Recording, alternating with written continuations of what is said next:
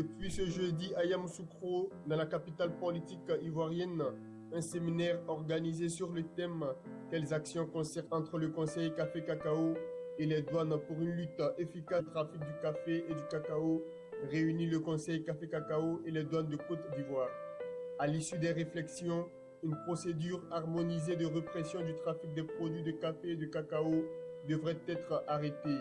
Ce fléau, faut-il le rappeler, cause d'énormes pertes économiques à la Côte d'Ivoire. 35 villages de Baradjan, localité située dans le nord de la Côte d'Ivoire, à 7 km d'Odiéné, viennent d'être mis sous tension.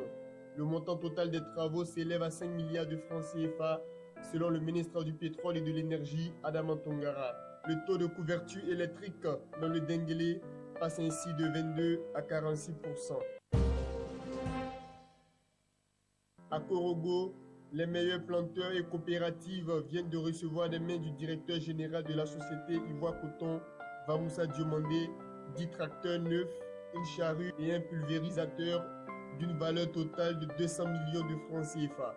Le remboursement de cet investissement par les bénéficiaires va se faire sur une période de 7 ans. La société Ivoire Coton veut par cette action moderniser la culture du coton en Côte d'Ivoire.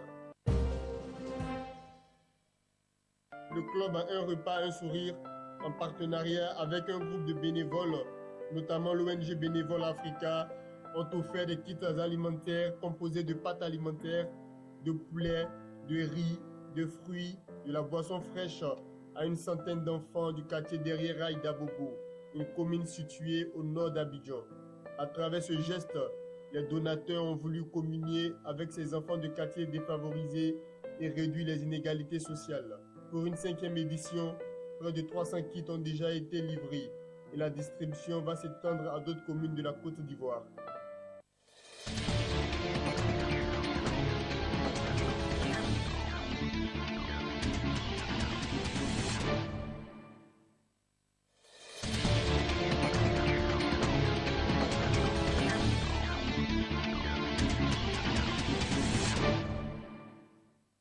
Fini l'huile laitière essentiellement composée de soja. À partir de lundi, le produit phare du groupe marocain Laitière Cristal, qui copte environ 80% du marché des huiles de table dans le royaume chérifien, aura disparu des rayons. Le groupe, détenu à 41% par une coentreprise associant les Français Afril et Castel, le remplace par une huile plus haut de gamme ayant des grains de soja, de tournesol et de colza. Le lancement de ce nouveau produit appelé Laitière 3G pour 3 gammes s'inscrit également dans un contexte plutôt morose comparé à d'autres marchés de grande consommation au Maroc. Très mature, le marché des huiles de table ne progresse que de 1% par an.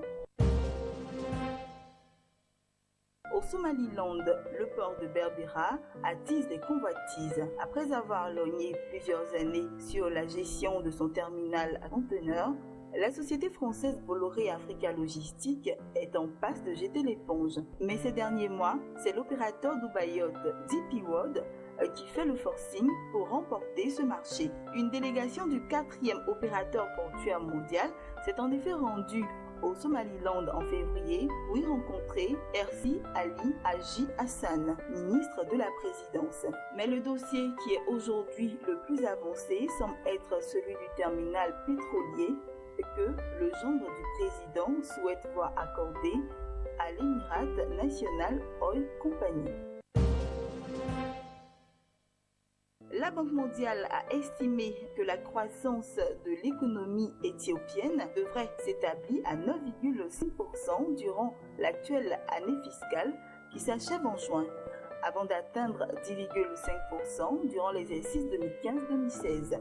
L'économiste en chef de la Banque mondiale, Lars Christian Müller, a précisé que la baisse des prix du pétrole devrait aider à stimuler la croissance dans ce pays de la Corne d'Afrique durant l'année fiscale 2015-2016. Lars Christian Müller a également fait savoir que les secteurs des services, de l'agriculture et de l'immobilier seront les principaux moteurs de la croissance, indiquant que la baisse de la pluviométrie a été à l'origine d'un ralentissement de la croissance durant l'exercice 2014-2015. Le responsable de la Banque mondiale a par ailleurs noté que l'inflation devrait se situer à 8,2% au cours du prochain exercice contre 7,2% durant l'exercice en cours.